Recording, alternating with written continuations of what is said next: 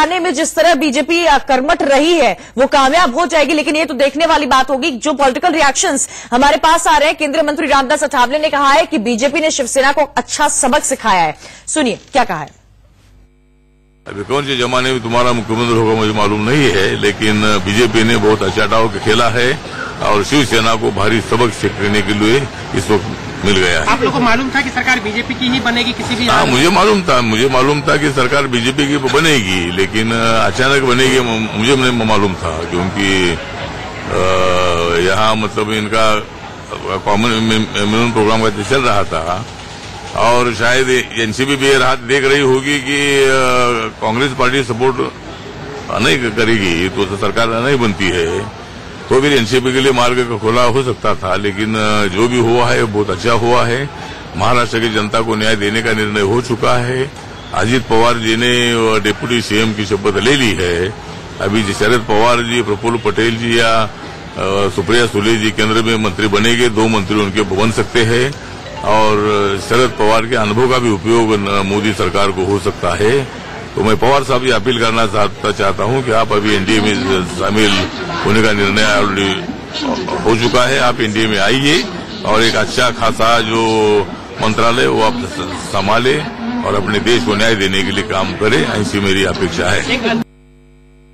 कल जब तीनों पार्टियों ने आपसी राय बनाकर एक बहुमत की सरकार बनाने का सारा फैसला कर लिया, आज भी उनकी बैठक होनी थी और इसी बीच में सुबह सुबह राज्यपाल महोदय बगैर किसी जानकारी के, बगैर किसी सूचना के अचानक शपथ ग्रहण करा दिया उन्होंने। मुख्यमंत्री उप मुख्यमंत्री दोनों की शपथ करा दी। अगर 22 विधायक होने का भी दावा अजीत पवार कर रहे हैं तो इसका मतलब तो आप राष्ट्रवादी कांग्रेस पार्टी में तोड़फोड़ करा रहे हैं। और इसी बीच राशिद अल्वी ने इंडिया न्यूज से खास बातचीत की है, सुनाते हैं आपको। खुद को ठगा हुआ सा महसूस कर रही है। देखिए, गेम नहीं पलटा है। लोकतंत्र के साथ, संविधान के साथ खुला खिलवाड़ है। रात के अंधेरे में राष्ट्रपति शासन हट जाता है। कैसे हट गया? गवर्नर ने दिल्ली को इत्तला दी और वो हटा दिया गया। सूरज की पहली किरण के साथ बीजेपी के मुख्यमंत्री बना दिए गए, शपथ ले ली गई। क्या लोकतंत्र में सरकारें इसी तरह बनती हैं? जिस तरह भारतीय जनता पार्टी का चरित्र रहा है, मेघालय, मणिपुर, गोवा, हरियाणा, इसी फहरिस्त में महाराष्ट्र एक नया नाम है। एनसीपी के 29 एमएलएज ने लिस्ट दी है, 29 कैसे दे देंगे? एंटी डिफेक्शन लॉ जो अटल जी के जमाने में 2/3 के लिए अमेंडमेंट हुआ था, आप उसका खिलवाड़ कर रहे हैं। आपको न कानून की परवाह है, न संविधान की परवाह है, न लोकतंत्र की परवाह है। मोदी जी हैं तो मुमकिन है। इस देश के अंदर लोग राजनीतिज्ञों पर भरोसा करना बंद कर देंगे। क्या कांग्रेस पार्टी के लिए एक बहुत बड़ा झटका और धोखा नहीं? इतना बड़ा रिस्क कांग्रेस ने लिया था, आइडियोलॉजिकली जो डिफरेंस वाली पार्टी है शिवसेना, उसके साथ जाने का फैसला हुआ। कांग्रेस पार्टी ने किसी नतीजे पर नहीं पहुंची थी। कांग्रेस पार्टी पॉसिबिलिटीज देख रही थी। कांग्रेस पार्टी अपनी आइडियोलॉजी के साथ समझौता नहीं करती है। और हाँ, हमारा पहला मकसद हमेशा बीजेपी को पावर से बाहर रखना रहता है ताकि देश को बर्बाद ना होने दें। क्या माना जाए कि शरद पवार ने धोखा दिया कांग्रेस पार्टी के साथ या शिवसेना? शरद पवार जी तो कह रहे हैं कि इससे उनका कुछ लेना देना नहीं है। अगर शरद पवार जी साथ देते तो शायद 29 एमएलएज नहीं, 54 के 54 एमएलए साथ देते। लेकिन शाम तक पोजीशन का पता चलेगा, कितने एमएलएज गए हैं, एनसीपी टूटी है कि रही है, इसका तो इंतजार करना पड़ेगा। बहुत बहुत शुक्रिया हमसे बात करने का। तो ये थे कांग्रेस पार्टी के senior leader Rashid Alvi. Sumit Kumar Dubey, India news, Delhi. तो देखिए, दौर ऐसा आ गया है। इसी बीच आपको बता दें, सोशल मीडिया पर सुप्रिया सुले का बड़ा बयान सामने आया है। बड़ी खबर, इस बीच पार्टी और परिवार का बंटवारा हुआ है। सुप्रिया सुले, बड़ा बयान सोशल मीडिया पर। शरद पवार की बेटी का बड़ा खुलासा सामने आया है। महाराष्ट्र की राजनीति से जुड़ी एक और बड़ी खबर इसी बीच आपको बता रहे, सोशल मीडिया पर सुप्रिया सुले का स्टेटस, पार्टी और परिवार का बंटवारा हुआ है। सुप्रिया सुले ने अपना ये स्टेटस लगाया है। जिस तरह महाराष्ट्र की राजनीति आज सुबह से ही बदलती हुई नजर आ रही है, उसी बीच अब सुप्रिया सुले ने भी अपना स्टेटस लगाया है और ये लिखा है कि आज पार्टी और परिवार का बंटवारा हुआ है। शरद पवार की बेटी का बड़ा स्टेटस, बड़ा बयान यहां पर सोशल मीडिया के जरिए सामने आया, जिसमें उन्होंने, समीर जी, साफ साफ कह दिया कि आज पार्टी और परिवार का बंटवारा हुआ है। राजनीति में जिस तरह से अजीत पवार दमदार शख्स थे एनसीपी के अंदर, और जिस तरीके से सुप्रिया सुले ने राजनीति में कदम रखा था, मुझे लग रहा है उस समय सुप्रिया सुले को विधायक बनाकर महाराष्ट्र की राजनीति में शरद पवार स्थापित करना चाहते थे, लेकिन अजीत पवार के विरोध के कारण सुप्रिया सुले को प्रदेश की राजनीति से हटाकर दिल्ली भेजा गया लोकसभा चुनाव लड़ाकर, और लगातार उनके बीच में पार्टी में कब्जे को लेकर लड़ाई चलती रहती थी। प्रफुल्ल पटेल बहुत अच्छे स्पीकर भी, बिल्कुल, प्रफुल्ल पटेल और सुप्रिया सुले और छगन भुजबल एक तरफ थे, अजीत पवार और धनंजय मुंडे एक तरफ थे।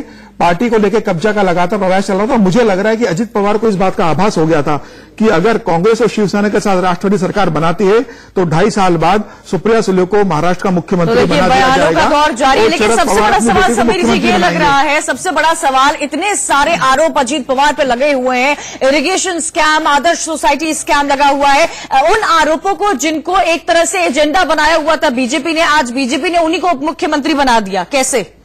जांच क्या ये विचारधारा की आज लड़ाई नहीं है, जिस विचारधारा के बारे में बीजेपी हमेशा कहती थी? मुझे लग रहा है कि अजीत पवार और छगन भुजबल के खिलाफ जो जांच चल रही है, छगन भुजबल जेल में रह के आ चुके हैं, अजीत पवार पे जांच चल रही है, हाईकोर्ट ने कहा था जांच की जाए, तो मुझे लग रहा है जांच चल रही है, जांच एजेंसी अपनी जांच कर रही है, उससे सरकार का कोई लेना देना नहीं है। वह विधायक संघ बीजेपी के साथ सरकार बना रहे हैं। का बड़ा बयान यहाँ पर समीर जी सामने आया है, पार्टी और परिवार का बंटवारा हुआ है। मैं अपने राजनीतिक जीवन में अगर मैं इसकी तुलना करूं तो ये मुझे नाइट ऑफ लॉन्ग नाइव्स की तरह लगता है। और 3 दिन बाद हम संविधान दिवस मनाने जा रहे हैं 26 नवंबर को। क्या ये उचित होगा कि हम संविधान दिवस मनाएं, बड़ी बड़ी बातें करें, बड़े बड़े वायदे हों, संविधान की कस्में खाई जाएं और उनकी तिलांजलि दी जाए? सीधी सी बात है, कोई और प्रश्न नहीं। हमने आपके तरीके देखे हैं पहले भी। ये गोवा का पुस्तकालय संस्करण हमने महाराष्ट्र में देखा,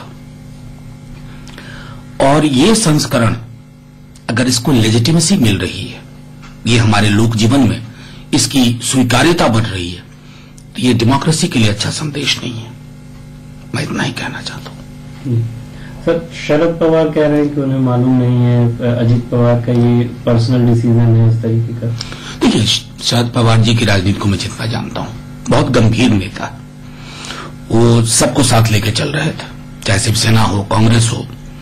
शिवसेना और कांग्रेस जैसी पार्टियों को बहुत सारे अपने एक तरह से पैराडाइम शिफ्ट के बाद वो एक जगह पे पहुंचे थे, और किसानों को केंद्र बिंदु में रख करके वो एक कॉमन मिनिमम प्रोग्राम की तरह महाराष्ट्र को देना चाहते थे। तो मेरा सीधे तौर पे मानना है, जो मैंने शरद पवार जी का ट्वीट भी देखा, इसमें उनकी कोई भूमिका नहीं है। भूमिका अजीत पवार जी की है, और उस भूमिका के पीछे किनकी भूमिका है वो हम सब जानते हैं। अजीत पवार ये कह रहे हैं कि चूंकि स्थिति ऐसी थी कि सिर्फ बीजेपी ही स्टेबल गवर्नमेंट दे सकती थी। वो कह रहे हैं किसानों के मुद्दे थे हमारे पास, और इन सब का समाधान जो है वो इसी सरकार से हो सकता था, इसलिए उन्होंने ये कदम उठाया। अब ये उनको ख्याल कहां से आया और ये कब आया, क्योंकि वो तो तमाम बातचीत की प्रक्रियाओं में भी शामिल थे। ये स्टेबिलिटी को लेकर के अगर उन्हें कोई ख्वाब आया तो उस ख्वाब की उन्होंने तामीर कर दी, लेकिन तथ्य कुछ और बताते हैं। ये हम सबको ध्यान रखना चाहिए। इंग्लिश में कर लो एक ही। ठीक है। This morning Devendra Fadnavis took oath as CM of Maharashtra and Ajit Pawar took oath vice. I tell you, the only thing I remember, because when I got up, I came to know of it. This morning, Devendra Fadnavis took oath as CM of Maharashtra and Ajit Pawar took oath vice. I tell you, the only thing I remember, because when I got up, I came to know of it. So it almost amounts to saying when the world was sleeping, constitution was unsettled, constitutional provisions were unsettled. And when you do these things in midnight, you know, it sends a very, very wrong signal to the very health, about the very